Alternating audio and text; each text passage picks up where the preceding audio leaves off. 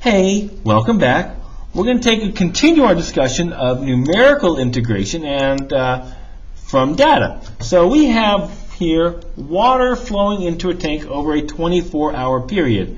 The rate at which the water is flowing into a tank at various times is measured given below. So the important thing to here remember is that they're giving us a rate, and we said anytime they give us a rate, chances are we're going to have to integrate. Aha, it rhymes. They tell us the tank contains 150 gallons of water at t equals 0. Now, because they're giving me a rate and some sort of initial value, man, I'm thinking FTC. Remember, that's this one, the area from A to B, f prime of x dx equals f of b minus f of a. I'm thinking we're probably going to have a problem like that today. So the first question says, estimate the number of gallons of water in the tank at the end of 24 hours by using a midpoint Riemann sum. So they are telling us to use a Riemann sum, which is rectangles for us, of 3 subintervals, so 3 rectangles. Show the computations that lead to the answer.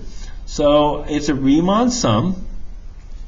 So I'm going to go ahead and do this out. 0, 4, 8, 12, 16, 20, 24.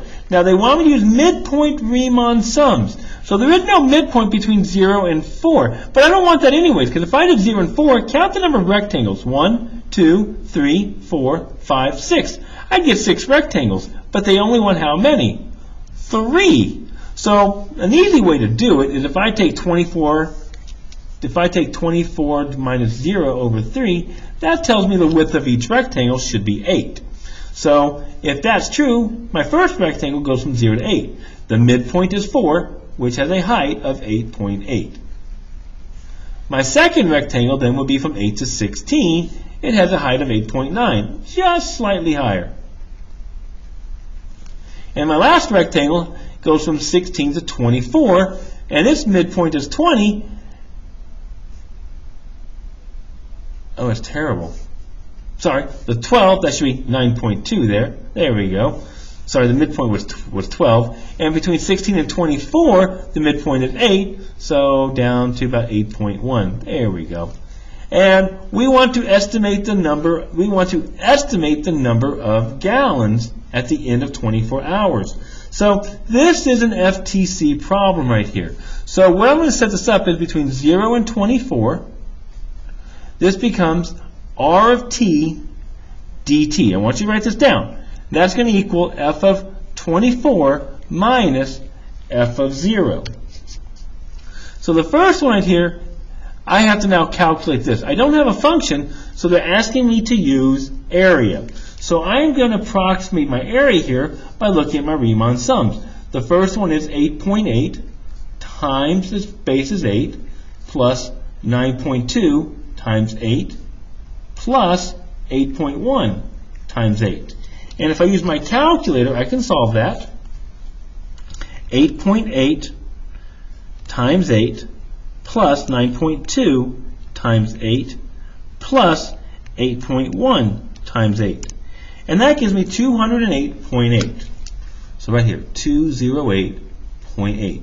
And that's going to equal the value, the amount of water at 24 hours minus my initial amount, which they told me was 150 gallons.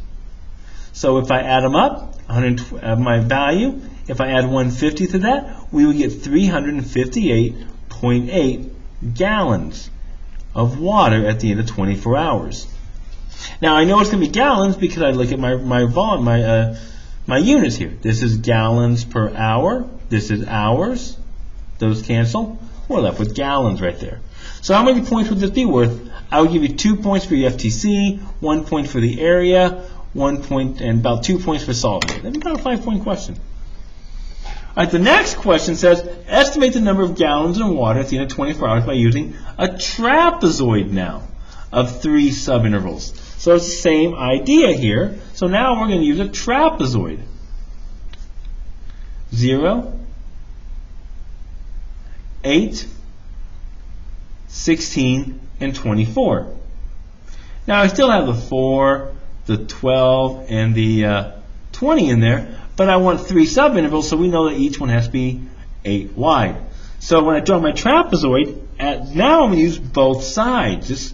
So at 0, we said the height was 8. At 8, we said the height is 8.8. At 16, that's my next one, the height is 8.9. And at 24, the height's down to 6.7. And I get my trapezoid there. So the first thing I'm going to do is I'm going to set up my FTC right now, which says between 0 and 24 hours, R of t dt, and that's going to equal f of 24 minus f of 0. Now let's take a look at what this is really kind of telling us. We're going to find the amount of change. So the area here tells me how much we increase by. So I'm going to go ahead and get that area. This is just 1/2.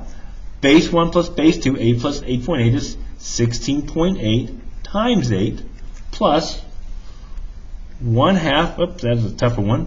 I keep messing up 8. I don't know why. 9.3. That should be 9.3. So 9.3 plus 8.9 times 8. And the last one, 1/2, 8.9 plus 6.7 times 8. And if you type that all in your calculator, you're going to get 204.4, and it's going to be gallons. And that's my change. So remember, this right here is the increase in water. That's how much water we gain.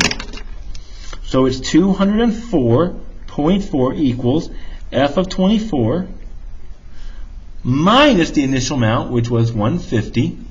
And if we solve that, f of 24, we add 150, we get 254.4 gallons. And there's the actual answer. And there's our approximate right there. All right. So the last part C says, okay, so a model for this function is given by this equation right here. So this is a model for the equation. So this is basically a rate. This is the actual rate. So now they give us a function for it. Use this model to find the number of gallons at the end of 24 hours. So it's still the same thing, but now when we integrate, we're still going to use our FTC here. We're going to integrate W of t dt from 0 to 24. And that's still going to equal f of 24 minus f of 0. The only difference is I can actually solve this. And I'm going to use my calculator for that. Ready? This is going to give me the actual amount of change. Calculate. Menu 4. Calculus. Go to 3 for your integral. From 0 to 24. And I'm going to type in my function. 1 divided by 75 times 600 plus 20. Now I'm going to use x, even though they use t, minus x squared. Don't forget your differential, x. And I hit enter. Oops, I don't like that fraction. I'm going to convert that to a decimal. Control enter. And we get 207.36. Now, that's going to equal f of 24 minus the initial amount of 150 right there. So remember, what is this telling us? That is the actual increase in water, H2O, right there. So how much would we have it? Well, so if I increase by 207 gallons, I initially had 150, therefore I can say at the end of 24 hours, I just add them together, I have 157.36 gallons. Right there. And there's our answer. Now the next question says, use this model to find the average rate of flow over the 24 hours. Well, how do I find the average rate of flow? Well, that's just your average rate of change here. In other words, it's going to be the number of gallons divided by the number of hours, or the time. So over the course of 24 hours, how many gallons entered? Be careful. Whoop, that should be 257. Man, I'm on fire today. So it's not the 257, but it's how much we increased by. And that's that f of 24 minus f of 0. Like I said, it's our average rate of change, which we know that is just this 207.36 gallons over the 24 hours. And you can leave it like that, or 8.64 gallons per hour. Right there. I hope you guys enjoyed the video. If you did, smash that like button. I'll see you guys later. Bye-bye.